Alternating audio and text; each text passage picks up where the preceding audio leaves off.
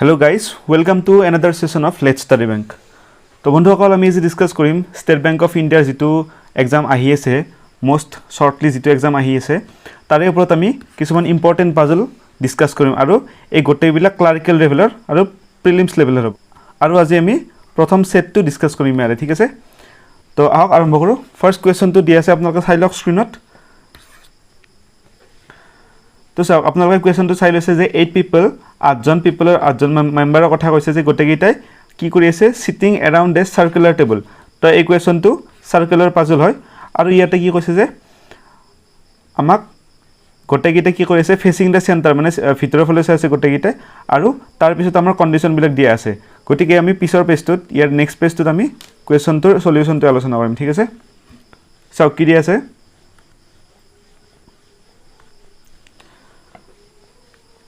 8জন member JK LMNOP Q are sitting around a circular table and facing the center ঠিক আছে তো প্ৰথমতে আমি কি কৰিম মেম্বাৰ আমাৰ 8জন আছে আৰু গোটেইকেইটা কোনফালে চাই আছে ইনৱাৰ্ড ডাইৰেকশনত ফালে চাই আছে মানে ভিতৰৰ ফালে চাই আছে সাৰ্কেলটোৰ তেনেকুৱা হলে আমি ডায়াগ্ৰামটো কি হ'ব এনেকুৱাকে সাপোজ 8জন মেম্বাৰ এনেকুৱাকে চাই আছে তো যদি এনেকুৱাকে আকতে প্ৰবলেম হয় তেনেহলে এটা কাম কৰিব আপোনালোকে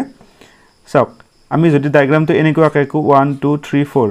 অৰ্থাৎ গোটেইকেইটাতে 8জন মেম্বাৰ আছে তো এনেকুৱা কেলে আমাৰ সুবিধা হ'ব ঠিক আছে কাৰণ এক্সামত সাৰ্কেল লাগি থাকাটো একদম সময় নহব ন গতিকে এনেকুৱাকে আকক আপোনালোকে তেতিয়া সাৰ্কেলটো সুবিধা হ'ব তো আমাৰ প্ৰথম কি দিয়া আছে এটা O is sitting third to the right of M তো M or third right মানে তো যদি M এনেকে থাকে তো M or right side যদি এটো হয় তেনেহলে first right second right third right অৰ্থাৎ M আৰু যেটো মানুহ আছিল মানে যিজনে কথা কৈছে ওৰ কথা কৈছে তো M আৰু ওৰ মাজত দুজন পাৰসন থাকিব আৰু M ৰাইট সাইড হ'ব তো থাৰ্ড ৰাইট মানে এনেকুৱা হ'ব যদি আমি M ইয়াতে বহাও M ভিতৰ ফালে আছে তেনেহলে এটো হ'ব first right second right third right অৰ্থাৎ O ইয়াতে হ'ব নেক্সট কি কৈছে There is only one person sitting between M and J M আৰু J ৰ মাজত one person আছে তো যদি আমি ইয়াতে one person J বহাব পাৰো বা ইয়াতে one person J বহাব পাৰো তো গটিকে আমি এটা কাম কৰো এটা পসিবিলিটি লৈ লও তো আমি এইটো ডায়াগ্ৰাম আকিছো আৰু কাখত আৰু এটা ডায়াগ্ৰাম আকো এনেকুৱাকে 1 2 3 4 ইয়াতে 8জন মেম্বাৰ আছে আৰু গটেকেইটাই কি কৰি আছে ভিতৰৰ ফালে আছে তো ইয়াতে যদি M হয় M ৰ থাৰ্ড ৰাইটত O আছে আৰু M আৰু J ৰ মাজত one person আছে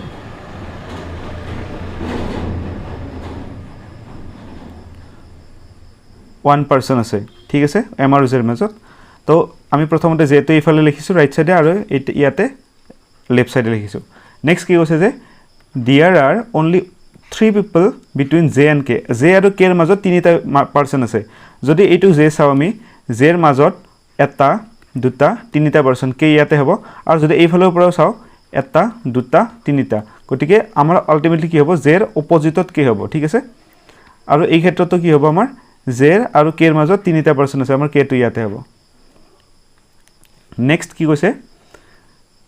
P is an immediate neighbor of J তো immediate neighbor মানে যদি J টো ইয়াতে আছে হয়তো P টো ইয়াতে থাকিব নহয়তো P টো ইয়াতে থাকিব তো আমাৰ চাইলো ডায়াগ্ৰামটো কোনটো হ'ব ইয়াতে চাওক যদি J ইয়াতে হয় তেনেহলে ইয়াতে P হ'ব নোৱাৰে তো আমাৰ P হ'ব ইয়াতে ঠিক আছে P হ'ব J লেফট সাইডে আৰু এইটো ডায়াগ্ৰামত P ইয়াতে হ'ব পাৰে আৰু P ইয়াতে হ'ব পাৰে আমি সিওৰলি নাজানো গতিকে আমি ইয়াতে অলপমান এনেকুৱাকে লিখি থৈ দিছো যাতে P টো পিছত কোড হয় আমি জানিব পাৰো তাৰ পিছত কৈছে যে there are only 3 people between P and L তো অলৰেডি আমি কৈছো যে 3 people যেতিয়া 8টা মানুহ বহি থাকে তো মই ডায়াগ্ৰামটো ভালকৈ লিখিছো যেতিয়া 8টা পাৰসন বহি থাকে তো ইয়াতে যদি এটা মানুহ থাকে ইয়াৰে থাৰ্ড মানে ইয়াৰৰ মাজত যদি এই মানুহ তো ইয়াতে সাপোজ A বহি আছে আৰু A আৰু B ৰ মাজত তিনিজন পাৰসন বুলি কৈছে ঠিক আছে তেনেহলে সদায় B টো এৰ অপজিটত হ'ব 8জন মানুহ থাকিলে তো এইফালৰ পৰা তিনিজন মানুহ থাকিব এইফালৰ পৰা তিনিজন মানুহ থাকিব তো ইয়াতে কি কৈছিলে কোৱেশ্চনটোত 3 people বুলি কৈছে P আৰু L ৰ মাজত তাৰমানে P আৰু L অপজিট হ'ব ইয়াতে যদি P টো ইয়াতে হৈছে তেনেহলে L টো অপজিটত হ'ব আৰু এই ক্ষেত্ৰত চাও যদি ইয়াতে আমি P টো বহালো হেতেন যদি আমি ইয়াতে P টো বহালো হেতেন তেনেহলে L টো ইয়াতে হ'ব নোৱাৰে গতিকে আমাৰ P টো ইয়াতে কেনসেল হৈ যাব P টো আমাৰ ইয়াতে কেনসেল হৈ যাব আৰু আমাৰ আলটিমেটলি P ক'ত হ'ব P হ'ব আমাৰ J এইফালে আৰু P আৰু L ৰ মাজত 3% মানে P L ৰ অপজিটত আছে ইয়াতে এইটো আমাৰ ডায়াগ্ৰাম হ'ব ঠিক আছে তাৰ পিছত কৈছে যে N is second to the right of P পিৰ সেকেন্ড ৰাইট বুলি কৈছে পিৰ সেকেন্ড ৰাইটত n আছে তাৰ মানে p আৰু n ৰ মাজত একজন মেম্বাৰ আছে আৰু p ৰাইট সাইডে আছে তাৰ মানে যদি p ইনৱাৰ্ড ডাইৰেকশনত চাইছে তেনেহলে p আৰু n ৰ মাজত ইয়াতে একজন মেম্বাৰ হ'ব ঠিক আছে আৰু যদি আমি ওপৰৰ ডায়াগ্ৰামটো চাও তেনেহলে n is second to the right of p আমাৰ এইটো p ইয়াৰে সেকেন্ড ৰাইট হলে আমাৰ ইয়াতে n হ'ব লাগে তো কিন্তু ইয়াতে o অলৰেডি যেটো আছে গটিকে আমাৰ ইয়াতে n টো আমাৰ নহয় গটিকে আমাৰ এই গোটে ডায়াগ্ৰামটো কি হ'ব কেনসেল হৈ যাব আমাৰ এইটো ডায়াগ্ৰাম কেনসেল হৈ গল আৰু আমাৰ কাৰেক্ট ডায়াগ্ৰাম হ'ব তলৰটো এতিয়া ইয়াতে যেটো মানুহ খালি ৰৈ গল তাতে আমি নেক্সট যেটো ৰৈ গৈছে হেতু বহাই দিম আৰু আমাৰ ৰৈ গৈছে সাগে কিউ ন তো পসিবলি কিউ টো यस আমাৰ কিউ টো ৰৈ গৈছে গটিকে আমাৰ কিউ টো ইয়াতে হ'ব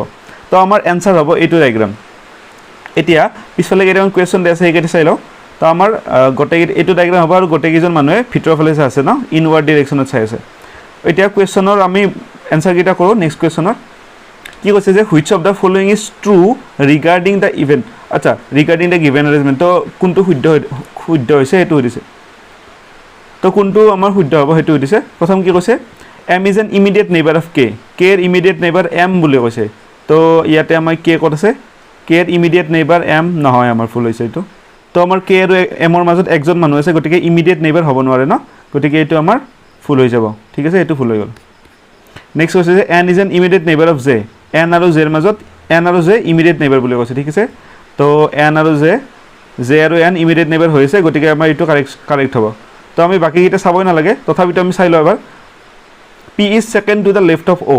or second left dot p আছে মানে o আৰু p এর মাজত একজন মানুহ আছে o left of ফালে তো o or রাইটত আছে এইটো o রাইট সাইডে আছে o যেটো ভিতৰৰ ফালে আছে তো রাইট সাইড এইফালে হ'ব গটিকে or second রাইটত আছে p গটিকে আমাৰ second left বুলি কলে ফুল হ'ব গটিকে আমাৰ এইটো ফুল হৈ গল নেক্সট কৈছে যে there are four people between n আৰু o ৰ মাজত চাৰিজন মেম্বাৰ আছে তো এইটো n আৰু এইটো হল o তো n আৰু o ৰ মাজত তিনিজন মেম্বাৰ আছে যেটো অপোজিটত বহি আছে দুয়োটা গটিকে আমাৰ এইটো চাৰিজন মেম্বাৰ বুলি কলে ফুল হ'ব গটিকে আমাৰ শুদ্ধ উত্তৰ পালো আমি option B is the correct answer ঠিক আছে দুই নম্বৰ কৈছে যে তো এইটো आंसर বি হ'ব দুই নম্বৰত কৈছে যে who is sitting second to the left of the one who is second to the left of q তাৰ মানে কি কৈছে second to the left of q qৰ second leftত কিউৰ সেকেন্ড লেফটত যিজন মানুহ বহি আছে কিউৰ সেকেন্ড লেফটত তেওঁৰ সেকেন্ড লেফটত কোনি বহিছে তাৰমানে তেওঁৰ ফাৰ্দাৰ সেকেন্ড লেফটত কোনি বহিছে আমাৰ এইটো সুধিছে কোৱেশ্চনত মানে সুধিছে who is sitting second to the left of one who is sitting second to the left of Q মানে কিউৰ সেকেন্ড লেফটত যোনি বহি আছিল তেওঁৰ ফাৰ্দাৰ সেকেন্ড লেফটত কোনি বহি আছে আমাক সেইটো সুধিছে মানে আমাক কিউৰ 1 2 3 4 কিউৰ ফোৰ্থ লেফটত সুধিছে আমাক কোনি বহিছে ঠিক আছে কিউৰ ফোৰ্থ লেফটত সুধিছে তো আমাৰ এটো চাই লও কিউৰ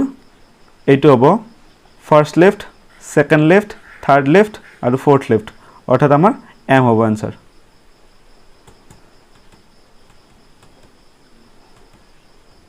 গটিকে আমাৰ এইটো হ'ব অপচন এ এম ঠিক আছে নাম্বাৰ 3 টো চাও four of the following five are alike in a certain way তো ইয়াতে অপচন দি আছে পাঁচটা ইয়াৰে কোনটো অড মানে হেতু বিচাৰিব আছে তো মই এটা কাম কৰো এই কম্বিনেশনটো লিখিলো প্ৰথমতে ইয়াতে আঠজন মেম্বাৰ আছিল আৰু ইয়াতে কি আছিল এম এন জে পি ইয়াতে চাগে কিউ আছিল তাৰপিছত ও কে এল একাইটা আছিল এবাৰ কনফাৰ্ম কৰি লও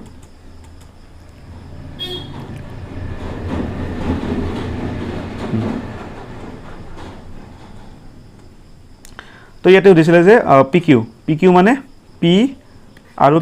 পি লেফটত কিউ আছে ন পি লেফট সাইডে কিউ আছে কে এল কে এর ইমিডিয়েট লেফটত এল আছে এম এন এম এর ইমিডিয়েট লেফটত এন আছে কিউ ও বুলি আছে তো কিউৰ ইমিডিয়েট লেফটত ও আছে আৰু কে ও মানে কে এৰ ইমিডিয়েট ৰাইটত ও আছে গটিকে আমাৰ এই অপচনটো 5 নম্বৰ অপচনটো ফুল হৈ যাব ঠিক আছে আমাৰ आंसर হ'ব ই নেক্সট কৈছে যে what is the N's position with respect to K K এৰ সাপেক্ষে এন কোড আছে কে এৰ ফৰা যদি চাব যাও এন কোড আছে আমি ইয়াতে যদি চাও ইয়াত এইটো হল কে এইটো হল কে আৰু এইটো হল এন তো কে এৰ 1 2 থাৰ্ড লেফটত আছে কে এৰ থাৰ্ড লেফটত এন আছে ঠিক আছে বা যদি ৰাইটৰ পৰা চাব যাও 1 2 3 4 5 ফিফথ ৰাইটত এন আছে ঠিক আছে কে এৰ ফিফথ ৰাইট আৰু থাৰ্ড লেফট যেটো অপচন আছে এইটো ক্লিক কৰিম আমি থাৰ্ড টু দা লেফট আছে আৰু ফিফথ টু দা ৰাইট নাই গতিকে আমাৰ অপচন হ'ব সি ঠিক আছে আৰু 5 নম্বৰ কোৱেশ্চনটো চাও how many people are sitting between K and P when counted from the right side of k K যেতে ৰাইট সাইডৰ ফালে চাব যাম কে আৰু পিৰ মাজত কিমানজন মানুহ বহি আছে এইটো দিছে তো ইয়াতে যদি চাও আমি কেৰ ৰাইট সাইডত এইটল কে আৰু এইটো হল পি তো কেৰ ৰাইট সাইডৰ ফালে মই এখিনি মুছি দিছো ফাৰ্স্ট সেকেন্ড থাৰ্ড তো থাৰ্ড ৰাইটত আছে পি ঠিক আছে গতিকে আমি কব যে কে আৰু পিৰ মাজত দুজন মানুহ ৰাইট সাইডে বহি আছে ঠিক আছে এইটো পি এইটো কে ৰাইট সাইডে দুজন মানুহ বহি আছে তো ইয়াতে অপচন হ'ব আমাৰ 2 বি তো বন্ধুসকল এইকেইটা আছিল কোৱেশ্চন আৰু যদি আপোনালোকে ভিডিওটো ভাল পাইছে লাইক কৰি দিব চেনেলটো সাবস্ক্ৰাইব কৰিব আৰু শ্বেয়াৰ কৰিব ধন্যবাদ